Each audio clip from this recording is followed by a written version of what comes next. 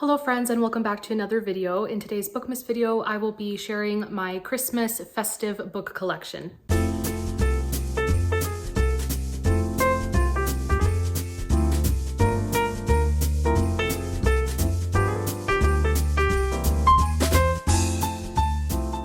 I initially wanted to share a video sharing Christmas book recommendations like I have done in the past couple of years, but since my last one, I haven't read very many Christmas books that I would recommend.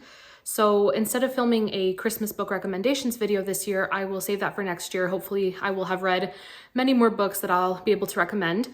But instead, I just wanted to share the books that I own that are all festive and Christmassy. I didn't realize just how many books I have that are very Christmassy until I started pulling them off the shelves, and there's a lot to go through, so I won't be spending a lot of time on each book. I'll just kind of share the title, what the book is generally about, and then move on to the next one because there are a lot to get through. I believe I've read the majority of them, if not almost all of them, except for a few, but I am very, very excited to share them with you all. And I have categorized them by genre as well, so we'll go through them genre by genre, and we'll start off with the classics. The first book is The Old Peabody Pew by Kate Douglas Wiggin, and she is a well-beloved children's American author. She wrote the very well-known book, Rebecca of Sunnybrook Farm, which I still have yet to read. This was my first book by this author, and I overall enjoyed it. I thought it was a very sweet Christmas story. I read it a couple years ago. It's just a very simple country romance set around the Christmas season, and it's quite the sweet story. And I love this edition. It is a 1907 edition, so very vintage, and it's just so beautiful. I am obsessed with it. We also have Noel Stratfield's Christmas Stories, and it's just a collection of short stories set around the Christmas season, all children's stories as well, and it's such a sweet collection of stories. I also love the beautiful edition, and I believe Noel Stratfield is known for ballet shoes. I haven't read Ballet Shoes yet, but I did very much enjoy this, and it's very, very festive, very cozy, and definitely something I would have loved as a kid as well. We also have this collection of stories, Classic Tales of Christmas, and this is a Canterbury edition. It has beautiful sprayed edges, and I really, really enjoyed the stories in this one as well. It has quite the long list of stories. It does have some very well-known stories like The Gift of the Magi by O. Henry, The Chimes, The Cricket on the Hearth, A Christmas Carol all by Dickens, The Fir Tree by Hans Christian Andersen, The Nutcracker and the Mouse King by E.T.A. Hoffman, The Battle of Life by Charles Dickens, The First Christmas of New England by Harriet Beecher Stowe, Tilly's Christmas and Tessa's Surprises, both by Louisa May Alcott, A Christmas Dream by Louisa May Alcott, A Kidnapped Santa Claus by L. Frank Baum, The Life and Adventures of Santa Claus by the same author, The Christmas Surprise at Enderley Road, and Clorinda's Gifts, both by Lucy Maud Montgomery. So it was very fun to experience those stories for the first time, stories I had never heard about that are all around the Christmas season, and it's just such a great collection. I highly recommend this one. I believe I got this at Costco for an amazingly cheap price because I know these are very, very pricey, but I truly, truly love this collection. We also have Letters from Father Christmas by Tolkien, and these are a collection of letters that he wrote to his kids around Christmas time, pretending to be Father Christmas, and it is the most precious thing. Here's just an example of one of the letters, and this is the original envelope that it came in, and he would also illustrate the letter, so here's just how he would write it. And he included many, many illustrations as well, which were just beautifully done. This is honestly such a beautiful, beautiful collection of letters, and I felt like a child again reading them. I highly recommend this one. We have this beautiful edition of The Fir Tree by Hans Christian Andersen and illustrated by Sana Anuka. You would have seen this in my Christmas mini unboxing video for the Literary Book Club mini Christmas box.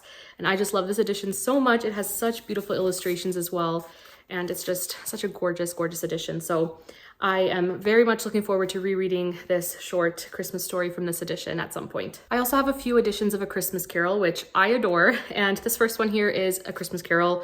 This is a book to table classics edition, and I believe it's by Puffin. So this edition is just beautiful. It has several recipes and beautiful images throughout as well, with some quotes from the story. Just another example. I love this edition so much. The only issue is I haven't yet made a recipe from it, so at some point I plan on it, but I truly do love this story so much, and I would love to collect more editions of A Christmas Carol. I love it so much. I also have this Reader's Digest edition of A Christmas Carol and Other Stories. This one also has The Chimes and The Cricket on the Hearth, I believe. And it also has some great illustrations as well. I really, really love this. It's the first edition that I read A Christmas Carol from. This one I actually received, I believe, from my mom. She got it from a thrift store, and I just love it so much. It is so nostalgic for me, and Just a beautiful, beautiful edition. I love how simple it is, but it has the gold foiling as well. It's just so precious to me. I love this. And the third edition that I have of A Christmas Carol is this beautiful edition, and it's illustrated by PJ Lynch. This is absolutely gorgeous. I found this at a Christmas market, I believe last Christmas, and I could not pass up getting it. Just without the dust jacket too. I'm not sure how well you can see that, but it is just this beautiful metallic blue. I love it so much. The illustrations are also absolutely gorgeous. So, so beautiful. I love that they're color illustrations as well. There's Scrooge. And there are also some full page illustrations, which just absolutely stunning. When I reread A Christmas Carol, it'll definitely be from this edition. The last classic that I wanted to mention is The Nutcracker by E.T.A. Hoffman. This is currently my #1 all-time favorite Christmas story. Nothing has beat it for me so far. I'm obsessed with the Nutcracker. I'm obsessed with all things Nutcracker, the Nutcracker Ballet, the Barbie and the Nutcracker. I love it so much. Our main character, Marie, is gifted a Nutcracker and she's transported to this magical world. She encounters a lot of different creatures and has to fight a Mouse King, and it's just fun. It is so whimsical and perfect for the Christmas season. This is one of my favorite stories of all time. I am absolutely obsessed. Next, I have a few books that are, I guess, kind of miscellaneous. They didn't really fit in the other categories, but this next one is a nonfiction, and that is A Royal Christmas, and I believe the author is Louise Cooling, and it's from the Royal Collection Trust as well. And it's basically just what Christmas was like for the royal family. It goes back to, I believe, the Tudor period, and then a little bit on the Victorian period, a little bit on Queen Elizabeth, the late Queen. So we just have some beautiful images as well. My favorite sections were definitely on Queen Victoria and her family and what they did for Christmas as well, what they ate, the different activities they did. There's an illustration here that says Roasting the Baron of Beef, Windsor Castle, 1887. So just an illustration there. I loved this so much. It was such a beautiful book to read, just looking at how the royal family celebrated Christmas throughout the many, many centuries. And if you are interested in royal history, this is one I definitely recommend. I also have this story that I picked up at a used bookstore, and it didn't have a dust jacket, but it's The Tree Nobody Wanted. And this is a very simple, very, very short story about a little Christmas tree that nobody wants because it's very scraggly and just not worth putting in, your living room, according to most people. But this young boy, who I believe he lives with his grandmother, if I remember correctly, it's the year after the end of World War II. So it's 1946. They are living in New York. They're very, very poor, and he really wants a Christmas tree. And so he finds the tree nobody wanted, and that's the story. It's a very simple story, but so sweet, so heartfelt, and it has some really, really good life lessons in here as well. So it's one that I will definitely be reading to my future kids. I really, really loved it. Next up is a book that is very unique. It's not a story, it's just a collection of Christmas carols, but I love it so much. The illustrations are adorable. I'm talking about Victoria Rose's Christmas Party, and it does have illustrations. So it's basically one page of just very simple sheet music for a carol, any sort of Christmas carol. We have Jingle Bells, we have the First Noel, and then on the other side is an illustration with rabbits, and it's just so, so cute. Here's Deck the Halls and the little rabbit family. It's just so cozy, and it's very simple sheet music as well, like for piano, and I love that so much. And it also has some, I guess, like Christmas activities like tree trimming and making golden pine cones, popcorn and cranberry garland, and just kind of the instructions and the equipment that you need for the different crafts. And there are some recipes as well. So it's just such a fun little collection of Christmas carols and recipes. A lot of fun, festive activities to do. I love this so much. And then we have Santa, My Life in Times, an autobiography, and it's illustrated by Bill, can't say that last name, and this is, I believe, the author, Martin Green. And this was really fun. I did read this last year. It's basically just Santa's life story, how he came to be Santa as we know him.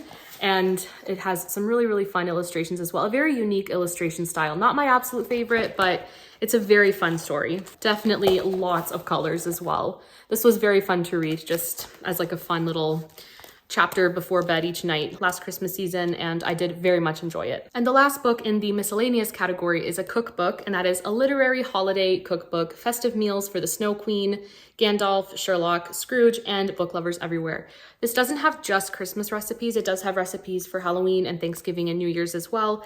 But to me, this is very festive, very Christmassy as well. We have first a Dickensian Christmas Tide. So it's recipes inspired by A Christmas Carol, and they are applesauce, onion and sage roasted goose, chocolate profiterole Christmas puddings, and Duchess potatoes. And I do plan on making the Duchess potatoes as well as the Christmas puddings. So here's just a picture of the Christmas puddings.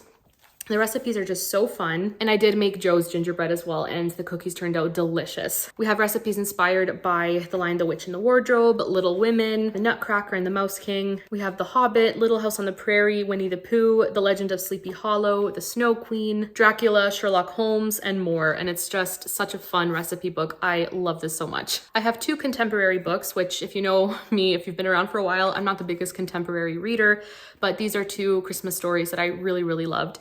One of them isn't super Christmassy, but I still wanted to include it in this video. But the first one here is Christmas Shopaholic by Sophie Kinsella. This book, not everything in it worked for me necessarily, but it's one of those books where I read it at the perfect time. I was in the mood for something like this. It's very funny, very quirky. Our main character has to host Christmas, where before she never had that pressure on her, and she's so overwhelmed, and just a lot of very funny things happen. There is some language which I know, puts some people off, but I personally really, really loved this book. I thought it was so fun, perfect for the Christmas season. And the other book I wanted to mention is Winter Solstice by Rosamund Pilcher. This is the only book I've read by this author, but I loved it so much and can't wait to read more.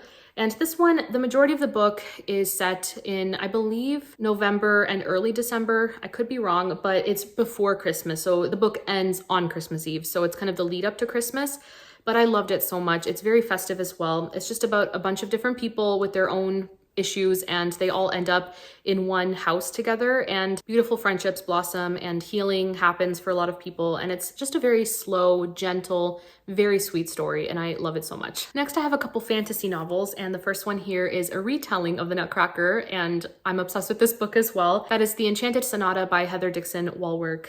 I love this book so much. If you love The Nutcracker, this book is a must read. It is absolute perfection, but it's unique enough where it's not like a full-on retelling of The Nutcracker. It has its own twist on it. We have a dash of the Pied Piper, a really, really interesting villain as well. It's just so fun how the villain uses music in this book. So it's very, very musical as well. It's just such a great retelling, such a great fantasy, so much fun, perfect for this time of year. And this next one I am so, so excited for. I'm hoping to read it very soon, and that is Spectacular by Stephanie Garber. This is a novella in the Caraval world, and I can't wait to read it. I know nothing about it. I'm going into it blind. I just want to enjoy it as I read, and yeah, I'm very excited for it. It's just stunning. Like, this is one of the most beautiful books I have ever seen. Like, look at this.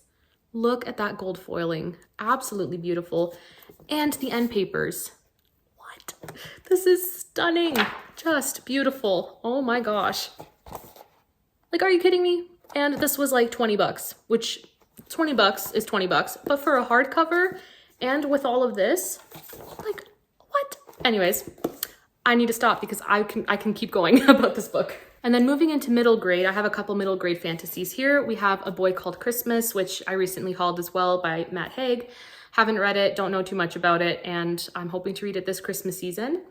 And it looks like it's about a little boy named Nicholas, and I guess he is Christmas. I don't know. I know nothing about this story, but I've heard it's very, very festive and very cozy, and I'm very excited to read it. And the other middle grade here is Green Glass House by Kate Milford. It's not a favorite story, but I did very much enjoy it when I read it. And it's set in this hotel, and we have our main character Milo, and a bunch of guests start appearing, and they each seem very, very mysterious. There's just something off, and there's kind of a mystery element there. It's very fun, perfect for a cold, cold winter night to read. I did very much enjoy it. We also have The Vanderbeekers of 141st Street, which I did just talk about in my November wrap-up, so I'm not going to talk too much about this one, but it is set leading up to Christmas as well. Such a great read. I loved this book. And then the last middle grade here is Aggie Morton, Peril at Owl Park. This is the second book in the Aggie Morton series.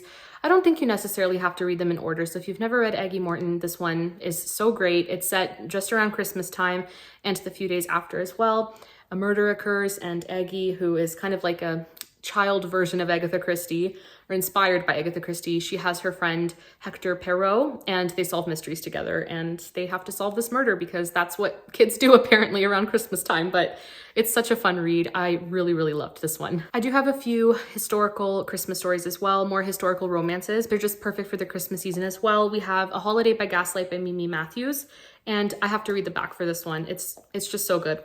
A courtship of convenience. Sophie Apperset is quite willing to marry outside of her class to ensure the survival of her family, but the darkly handsome Mr. Edward Sharp is no run-of-the-mill London merchant. He's grim and silent, a man of little emotion, or perhaps no emotion at all.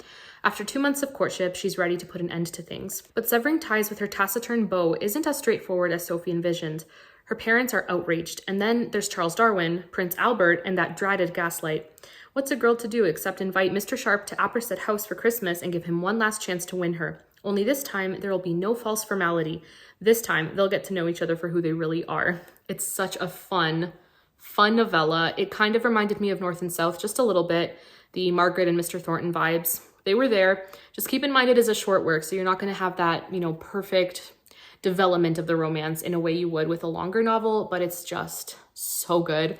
I love it so much. I love Mimi Matthews. I always will love her writing, and it's a perfect Christmas read. Next up is The Mistletoe Countess by Pepper Basham. This one I enjoyed. It wasn't quite as Christmassy as I was hoping it would be, but it was still very fun, and I believe it's a marriage of convenience as well, which is always very fun. And then we have The Last Christmas in Paris by Hazel Gaynor and Heather Webb, one of my favorite books of all time, one of the best Christmas stories I've ever read. Another one that isn't super Christmassy, but it's great to read around the Christmas season. This is a fully epistolary novel with letters between our main character Evie and her brother, as well as her brother's best friend, as her brother and her brother's best friend are fighting in World War I. And there's just so much depth to it. There's nothing cheesy about it. It is just such a beautiful story. I love it so much. And the last category is Christmas mysteries. And the first one here is Apple Cider Sleighing. I will say this one is kind of that transition period between Thanksgiving, I guess American Thanksgiving, and Christmas. But it's still very Christmassy to me. And I mean, look at that cover. I love this book so much. I'm not a huge cozy mystery person, but this is one of the best I've read. I love it so much. It's super festive, and that, transition of fall to winter, it's perfect. And I also have 2 books here by Rhys Bowen in the Royal Spinus series. We have The 12 Clues of Christmas, which I have read, I believe in September or October, and very much enjoyed it. And then we have God Rest Ye Royal Gentlemen as well. This one's later in the series, so I haven't quite gotten to it yet, but this one was super festive. I expect nothing less from this. We have Mistletoe and Murder by Carola Dunn, a Daisy Dalrymple mystery. The Daisy Dalrymple series is one that I wanted to read in full, but after the first 4 or 5 books, I decided it's not the series for me, but this one was definitely one that I would recommend reading as a standalone. I thought it was super fun, very festive, and it's set in the 1920s as well. Daisy is invited with her husband, who is a detective, and they're invited to this manor for Christmas. A murder occurs, and they're both trying to solve it. It's very fun. We also have Mrs. Jeffries and the Midwinter Murders by Emily Brightwell. This is a Mrs. Jeffries mystery. It's much later in the series, and I think this is the first one I read. I don't know if I'll continue the series, but I may kind of, pick up one here and there and not read them in order. This one was very fun. It is set around the Christmas season, and Mrs. Jeffries is the housekeeper for an inspector, and she and his household basically help solve the mysteries that he's working on. He doesn't seem to be as intelligent as Mrs. Jeffries, and a lot of the cases he solved, it's because of her, and it's just so much fun. This is another fun Christmas read. And then we also have Another Little Christmas Murder by Lorna Nicol Morgan. This one is a Golden Age mystery written in the 40s, and it's another really fun one. We have our main character, and I forget her name, Dilys. She is basically driving through the Yorkshire moors. It is snowing, and she gets stuck because it's this huge snowstorm, and she's rescued and brought to this manor house, and she stays as a guest. A death occurs, and there's a question as to whether it's a natural death or murder, and Dilys kind of gets swept into it, even though she is not related to anyone in this house. She just kind of showed up. And it's a really fun story. It is set in Yorkshire, which is always fun. I love the Yorkshire moors, and especially with it being so cold, you get that beautiful atmospheric writing. The mystery itself was kind of odd, but I did enjoy the reading process for this book, and I would recommend. This next book is one I haven't read yet, but I'm very excited to, and that is Jane and the 12 Days of Christmas by Stephanie Barron. I believe this is book 12 in the Being Jane Austen mystery series, and I did read the last book, or second to last book, Jane and the Year Without Summer, and I really enjoyed it. So when I saw that there was a Christmas book in the series, I knew I had to get it for this time of year. And I'm very excited to read it. I believe it starts on Christmas Eve and then follows the 12 Days of Christmas. And I believe there's a murder, but I don't want to know too much going in. I'm just very excited. And last but not least in this very long list is Hercule Poirot's Christmas. And I loved this book so much. It's one of my favorite Poirot stories. I love that it's set around the Christmas season. And there's just a little blurb, and it says, The holidays are anything but merry when a family reunion is marred by murder, and the brilliant Belgian investigator is quickly on the case. It's so fun. I love this book. If you love mysteries, please read this book, especially this time of year. It starts off just a few days before Christmas and then ends a few days after. So very short amount of time, and it's just such a fun mystery. I love it so much. So those are all the Christmas books that I own. They're all the Christmas books that are on my shelves, and I'm really glad that I read the majority of them. And if you've read any of these books, I'd love to know what your thoughts are. If you haven't read some of these books, but they sound really interesting to you, please let me know in the comments below. And that is it for this video. I just wanted to share my Christmas book collection, and I just can't get enough of Christmas. It's my absolute favorite time of year. I get so excited when the Christmas season rolls around, and one of the best things about Christmas is reading Christmas books, 100%. But that's it for this video, friends. Thank you so much for watching, and I'll see you in my next BOOKMAS video. Bye.